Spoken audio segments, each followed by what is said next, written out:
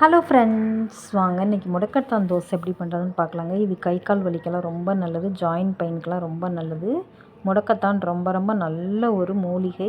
இது நீங்கள் எல்லாருமே சாப்பிடணுங்க, ரொம்ப ரொம்ப நல்லது. கடைக்கு போயிட்டு வரும்போது ஒரு வேலியில் பார்த்தீங்கன்னா இந்த மாதிரி கொடி நிறையா இருந்துச்சு, நல்லா ஃப்ரெஷ்ஷாக இருந்துச்சுல, பறிச்சுட்டு இந்த மாதிரி க்ளீன் பண்ணி எடுத்து வச்சுக்கிட்டேன். எடுத்து வச்சுட்டு ஒரு மிக்ஸி ஜாரில் போட்டுக்கோங்க. போட்டு 1/2 ஸ்பூன் மிளகு, 1 ஸ்பூன் ஜீரகம் போட்டுக்கோங்க. போட்டு ஒரே ஒரு பச்சை மிளகா, காரத்துக்கு ஏற்ற மாதிரி நீங்கள் போட்டுக்கலாம். நான் 1 தான் போட்டிருக்கேன்.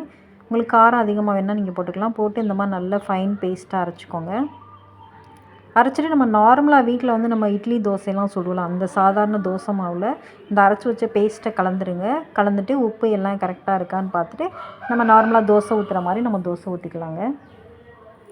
பாருங்கள், நல்லா மிக்ஸ் பண்ணதுக்கப்புறம் மாவு இந்த மாதிரி கலர் சேஞ்ச் ஆகி வந்திருக்கு. தோசை ஊற்றிக்கலாம். அந்த மாதிரி தோசை ஊற்றிட்டு இதோட தேங்காய் சட்னி, தக்காளி சட்னி எதாவது வச்சு நம்ம சர்வ் பண்ணிக்கலாம். பாருங்கள், முடக்கத்தான் தோசை ரெடி. வீடியோ பிடிச்சா லைக் பண்ணுங்கள், ஷேர் பண்ணுங்கள், சப்ஸ்கிரைப் பண்ணுங்கள். தேங்க்யூ.